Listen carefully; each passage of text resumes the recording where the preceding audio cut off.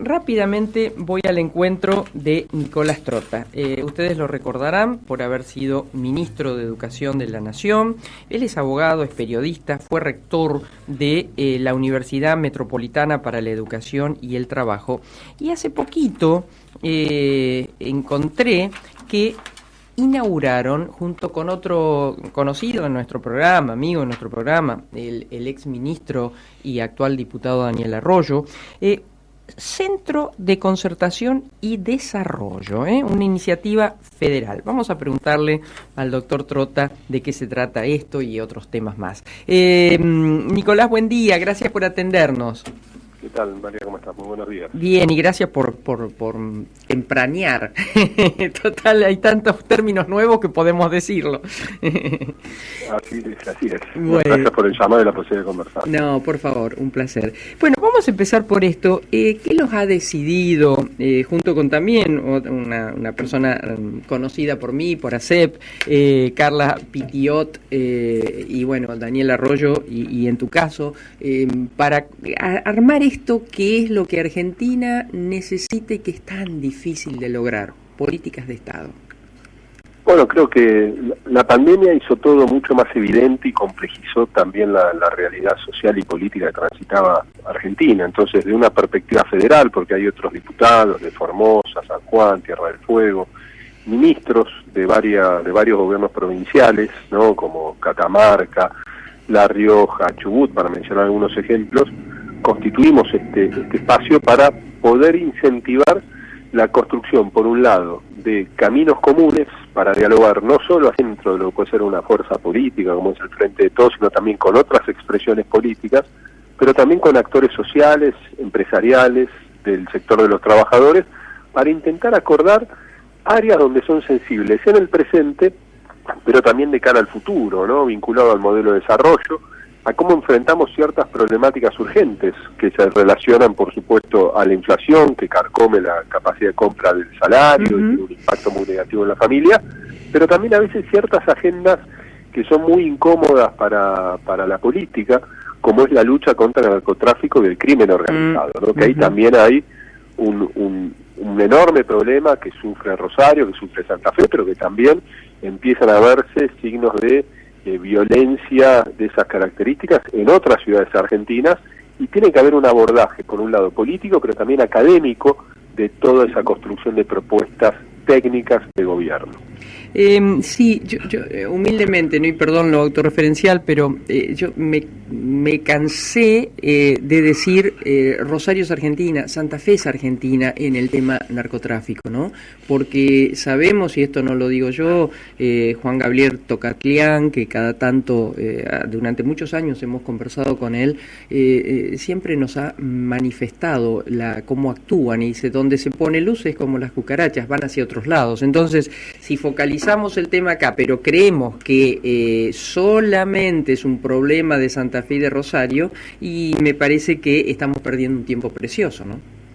No, por supuesto, en el centro está, por ejemplo, Germán Montenegro, que es un especialista en seguridad, que tuvo un paso por sí, vi también Liuma, que está también. Liuma, sí. Ellos participan, además de otros especialistas, pero creo que ahí, ¿no? Juan Gabriel es uno de los máximos especialistas, no solo en políticas de defensa, en política internacional, geopolítica, y en seguridad. Creo que ahí hay que darle visibilidad a estos debates, porque necesitan abordajes que trascienden una gestión. Y para hablar de Rosario, por ejemplo, no es la gestión de Omar Perotti en 4 años la que puede resolver un problema que se viene acarreando hace mucho tiempo. Tiene que haber una continuidad a lo largo del tiempo, hacia adentro de una misma gestión, para construir esos consensos, sostenerlos, pero también las gestiones que vengan. Y lo mismo debe pasar, por ejemplo, en un problema que venimos heredando gobierno tras gobierno en Argentina, que es el problema de la inflación, que es un problema único de la Argentina, porque más allá de estos meses de alta inflación por la invasión de Rusia a Ucrania,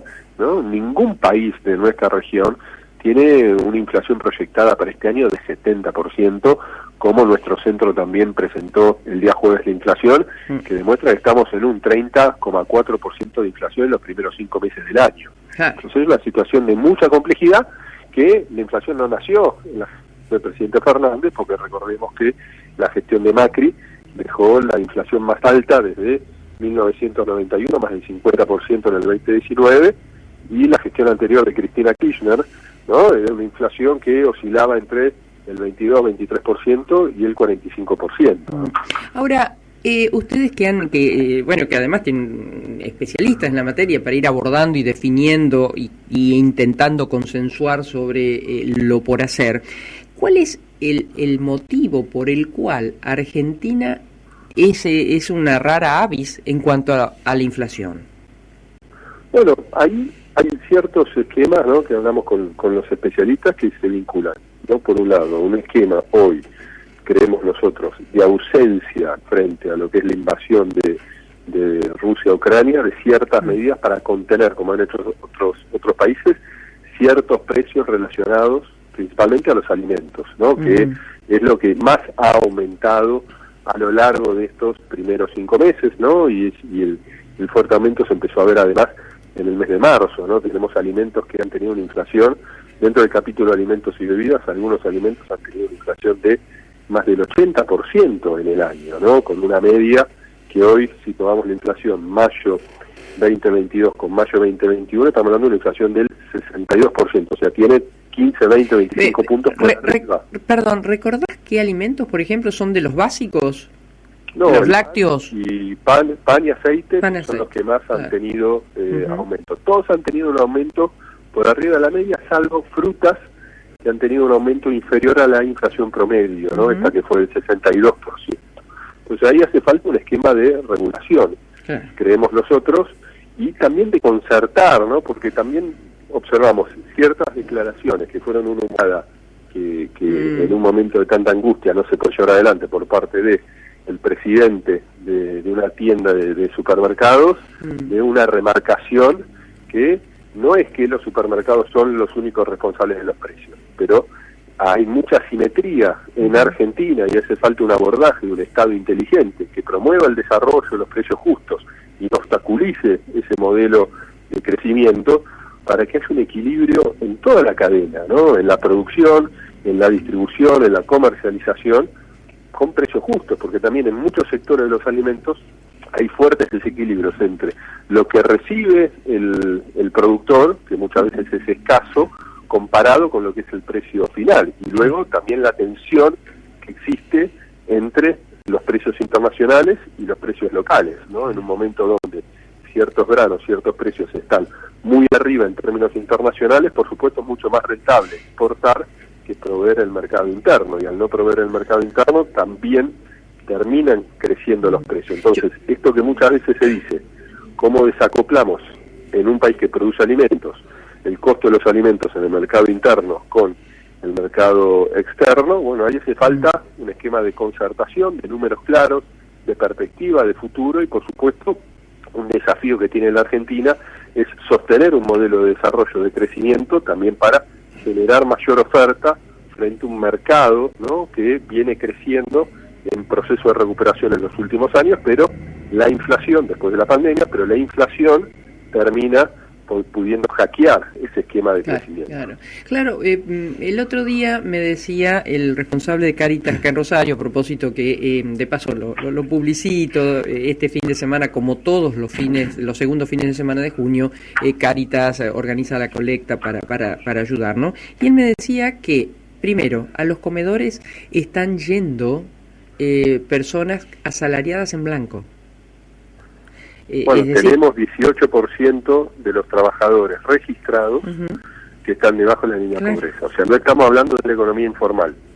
Estamos hablando de familias que tienen trabajadores que no, con su ingreso, no logran sostener ese ingreso. Ese era un proceso que vivió la Argentina en la década del 90, que se resolvió post-crisis del 2001-2002, y hoy volvemos a tener ese problema. Y en parte se vincula, ¿no?, a este retraso que existe en el proceso de recuperación de salarios de los trabajadores formales, porque los trabajadores informales tardan muchísimo más en recuperar su capacidad de compra del salario. Llegan tarde a la inflación. El trabajador llega generalmente, ¿no?, a empatar la inflación. Ha perdido un tramo, ¿no?, porque llega 2, 3, meses más tarde a partir de la negociación colectiva de la paritaria. Claro, pero el trabajador informal está en una situación peor. Y el otro, yo creo que ahí está otra grieta enorme, ¿no? Entre los que tienen, bien o mal, pero de alguna manera, el tutelaje gremial que intenta mantener los salarios y quienes están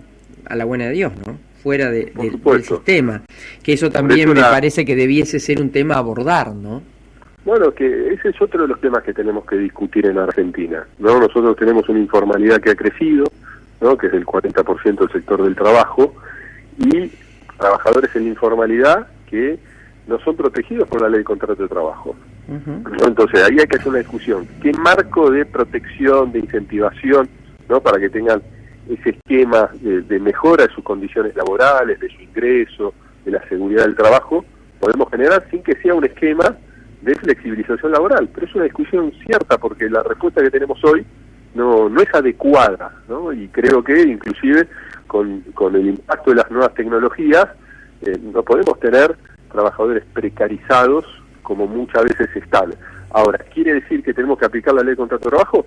No necesariamente. Se puede generar inteligentemente un nuevo marco normativo para proteger a los trabajadores, para darles herramientas como vos estás planteando, porque inclusive observamos, ¿no? Y eso se ve mucho en las empresas, ¿no? En la pirámide salarial, como los trabajadores que están fuera de convenio, muchas veces en los sectores supervisores, gerenciales, en muchas empresas, tienen los salarios muy cercanos, inclusive a veces ganan menos que ciertos trabajadores, porque el trabajador está protegido, el trabajador sindicalizado o de convenio está protegido por la negociación colectiva. Entonces ahí vemos que la negociación individual, ¿no? Siempre termina perjudicando al trabajador. Por eso está la herramienta colectiva en el marco de negociación.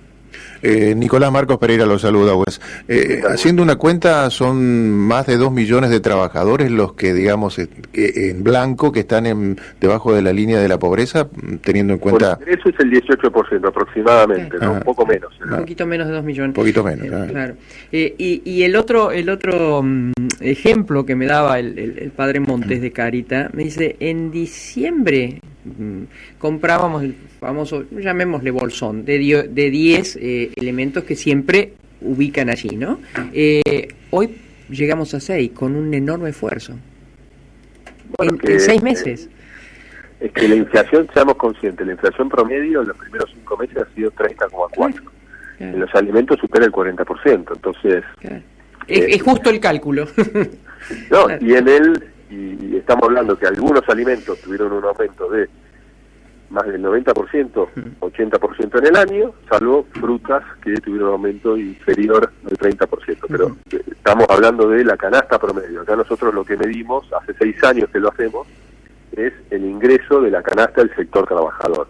Ahora, a menor ingreso de esa familia trabajadora, la canasta de alimentos tiene un peso mucho más marcado. Por eso golpea más la inflación, ¿no? Y termina siendo en muchas de estas familias alquiler, alimentos, los dos capítulos que mayor captura hacen de los ingresos al comienzo del mes y terminan condicionando la calidad de vida de esos trabajadores. La inflación, todos lo sabemos, ¿no? Termina generando un desequilibrio macroeconómico, pero lo más dramático, generando desequilibrios en las familias, porque también estos índices de inflación tan altos tienen un impacto en nuestra sociedad en lo que se vincula a una herramienta para el crecimiento y el desarrollo, que es el crédito, ¿no? Hoy no hay acceso al crédito en la Argentina con estos niveles de inflación para bienes como pueden ser viviendas, o para bienes como puede ser un automóvil, o inclusive crédito para trabajadores en términos individuales, que pueden ser maquinaria para mejorar su ingreso. Entonces estamos en una situación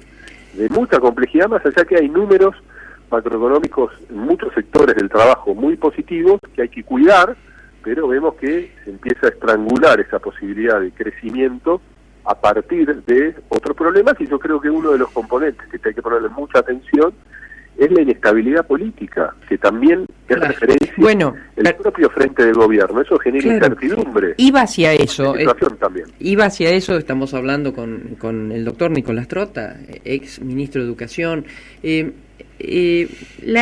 Pareciera que hay una palabrita mágica que atenta o no, depende si se logra, contra cualquier acuerdo o cualquier previsibilidad, que es la desconfianza. Y ahí aparece la inflación por expectativas, cuando... Bueno, él habló de concertación también. Claro, yo no sé qué va a pasar mañana, entonces por las dudas, veo cómo me cuido o me corto solo en un aumento, me cubro. Yo quería agregarle una palabrita más a esto, un tema más. Ayer veía, en nuestro caso, pero es a nivel nacional, veía en el caso de Rosario un aumento, yo ya no me acuerdo del 11, de cuánto, un reajuste de la TGI, y yo pensaba, del 11, sí. Yo pensaba que supera, si uno suma la que se produjo en enero, supera la inflación de estos 6 meses. Y yo pensaba, el Estado se viene cubriendo también por el tema de la inflación, tiene salarios y demás. Ahora, no está teniendo en cuenta esto que estamos hablando, que hay un 40% de personas que no tienen esa posibilidad, no tienen la posibilidad de pelearle a la inflación. ¿El Estado no debiese también tener los pies sobre la tierra de esta realidad?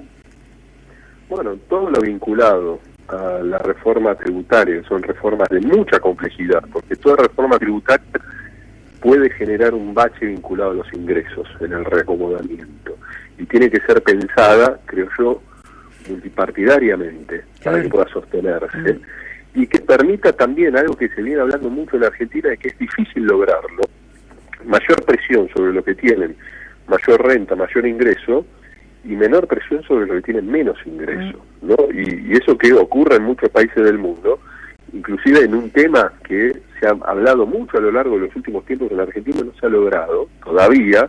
Ahora dicen que se va a lograr en la región más poblada, que es el AMBA, ¿no?, la región metropolitana de Buenos Aires, es la segmentación de tarifas, ¿no? Que además vemos que en el AMBA las tarifas son mucho económicas que en el resto del país. Las tarifas de electricidad, de agua... Y de transporte. Y de transporte, además.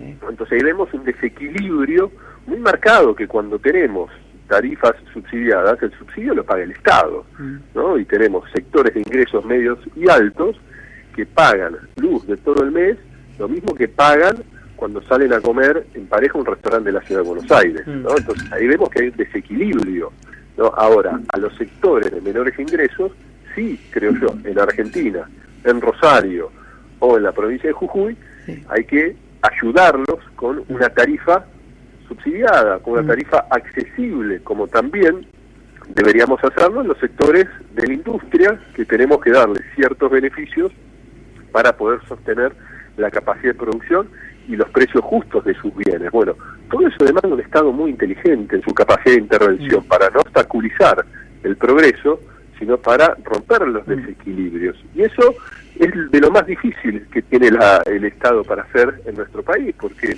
en un país federal además necesitamos la articulación de Estado nacional con Estados provinciales y dar estos debates, porque Argentina, de cara al mediano y largo plazo, en ciertos sectores de la economía, ¿no?, en uno que estamos en la vanguardia tecnológica, que es el sector agropecuario, que genera divisas, es muy importante. Ahora, a eso se le suma toda la potencialidad que tenemos en la energía no convencional, o la explotación no convencional de gas y petróleo en Vaca Muerta, todo lo que es la energía renovable, todo lo que es la potencialidad en el sector minero. Argentina exporta menos del 15% de lo que exporta Chile en minería. Ahí tenemos una enorme capacidad de generación de riqueza en una medida sostenible, ¿no?, que genere el equilibrio posible en cuidado también del ambiente. En el sector de la tecnología, entonces cuando vemos toda esa potencialidad que tiene nuestro país en el mediano y largo plazo, tenemos que transitar este momento tan difícil vinculado a lo que es la inflación, a la realidad social y por supuesto también a la ausencia de divisas, más allá que estamos en momentos de exportaciones récord, con un fuerte peso del sector agropecuario, por supuesto, pero no generamos la posibilidad de robustecer las reservas y los dólares en la Argentina. Doctor Trota, ¿qué mirada podés tener de lo que pasó en la coalición gobernante? Y vemos que la coalición opositora trabaja bastante en espejo sobre especialmente no las virtudes, sino los defectos, ¿no?, sino lo que no pudo ser. ¿Qué falló en esta coalición? Bueno, yo creo que el Frente tuvo tuvo una enorme capacidad en transformarse en un frente electoral exitoso, ¿no? Y el principal factor para ser un frente exitoso fue el mal gobierno de Macri, ¿no? Creo que la oposición nunca gana las elecciones. Yo suelo sostener que las pierden los oficialismos, ¿no? Porque cuando un oficialismo hace un buen gobierno, la oposición no tiene chances electorales, ¿no? Y el gobierno de Macri, en términos objetivos, fue mucho retroceso para los argentinos, ¿no? Ahora, el Frente de Todos no pudo transformarse en un frente de gobierno homogéneo donde pueda resolver miradas legítimas distintas que pueden tener las distintas referencias del frente, por ejemplo, el presidente, la vicepresidenta, los propios gobernadores, que creo yo deberían ser un actor central del Frente de Todos, y eso ha complejizado la toma de decisiones. Se toman decisiones tardías, a lo que a veces se le suman ciertas equivocaciones del gobierno e inclusive por momentos del propio presidente. Recordemos cuando el presidente en un momento anunció que le íbamos a declarar la guerra un viernes a la inflación. Claro. Esa equivocación, ¿no? De adelantar una supuesta medida económica que nunca se hace, que inclusive el propio gobierno no se tomó ninguna medida excepcional para atacar el problema de la inflación, implicó una remarcación, ¿no?, de más del 7% de los mayoristas, ¿no? Para mencionar una equivocación no puntual. Ahora, esas cosas no pueden ocurrir, ¿no? Entonces creo que ojalá que con la vuelta del presidente a la Cumbre de las Américas se logre institucionalizar un espacio que permita que el Frente de Todos sea más homogéneo para abordar problemas urgentes que tiene la Argentina, porque cuando la medida se toma tarde, ¿no? Cuando la medida no se toma con la convicción necesaria, es como la justicia, cuando llega tarde, herramientas, llega tarde no sirve, claro, ¿no? Y el impacto es muy menor. ¿Ustedes hablan con la oposición? Me refiero ya como el grupo, ¿no? Como esto que han conformado. Bueno, nosotros en esto que venimos trabajando hace ya 3 meses, hicimos primero una construcción bien plural hacia adentro de lo que es el panperonismo, para mencionarlo de alguna manera, y estamos teniendo reuniones en las próximas semanas, primero con los actores sociales, ¿no? Con el sector empresario, el sector trabajador, inclusive con algunas áreas del gobierno que tienen un despliegue vinculado a la mirada estratégica de la Argentina, como es el Consejo Económico y Social, ¿no? Y a partir de allí, por supuesto, también el diálogo con lo que deben ser otras expresiones políticas que crean en la necesidad de cierta concertación, de generar un diagnóstico común y de generar políticas que trasciendan a una elección, porque también lo que ha pasado, ¿no?, es que uno piensa que la posibilidad electoral que tiene una fuerza política es el fracaso de la otra, y el fracaso de la otra, ¿qué implica posteriormente? Termina implicando, ¿no?, que uno hereda una situación de mayor complejidad, que es lo que ha pasado en la Argentina. La Argentina que heredó Mauricio Macri en el 2015 tenía desafíos enormes, como tiene un país latinoamericano como la Argentina. Ahora, la que heredó Alberto Fernández era mucho más compleja que la que heredó Mauricio Macri, ¿no? Porque fueron 3 años de recesión económica, de una inflación a la alza. Ahora, el escenario que se espera para el 23, ¿no?, haya continuidad o cambio de gobierno, también va a implicar desafíos mucho más complejos de los que se tenían en el 2019. O sea, ahí tenemos que ser conscientes que si no hay un abordaje para ciertas políticas, sacarlas, ¿no?, de la grieta, del barro, de la discusión y del fracaso, no las vamos a poder resolver y se van heredando uno a otro, porque los gobiernos que tuvieron ciertos éxitos en materias económicas, de agenda de desarrollo, también se encontraron con limitantes para lograr expandir esos beneficios. Y creo que esto hace falta un esquema de concertación, inclusive, por supuesto, con el sector trabajador y empresario. Finalmente, ¿qué le pareció lo que ocurrió con Culfas?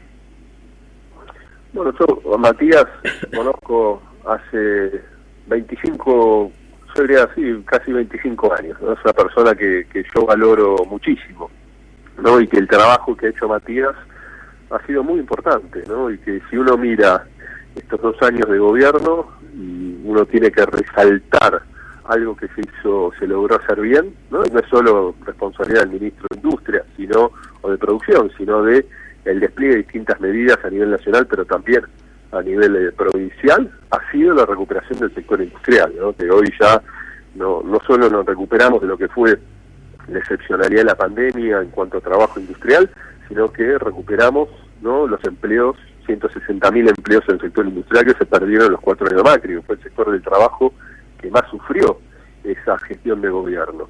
Ahora, para mí es una pérdida muy importante del gobierno, y creo que la salida de Matías es también el mensaje de la ausencia de concertación y un espacio común de diálogo, ¿no? Esas tensiones que eran evidentes, ¿no? Y que las exteriorizó el propio Matías con su salida, hablan de la ausencia de un esquema de diálogo hacia adentro del propio frente. Y si el Frente de Todos no logra concertar hacia adentro de su propia fuerza, es muy difícil dialogar con otros. Y creo que ahí hay un responsable, que es el presidente de la Nación, en un sistema presidencialista, quien convoca, quien genera las reglas de diálogo y la institucionalización de la toma de decisión debe ser el presidente. Entonces creo que el presidente posterga estos diálogos, ¿no? Porque el que tiene que convocar a la vicepresidenta, a los gobernadores, al presidente de la Cámara de Diputados para decir cómo vamos a gestionar este frente que está teniendo problemas políticos hacia adentro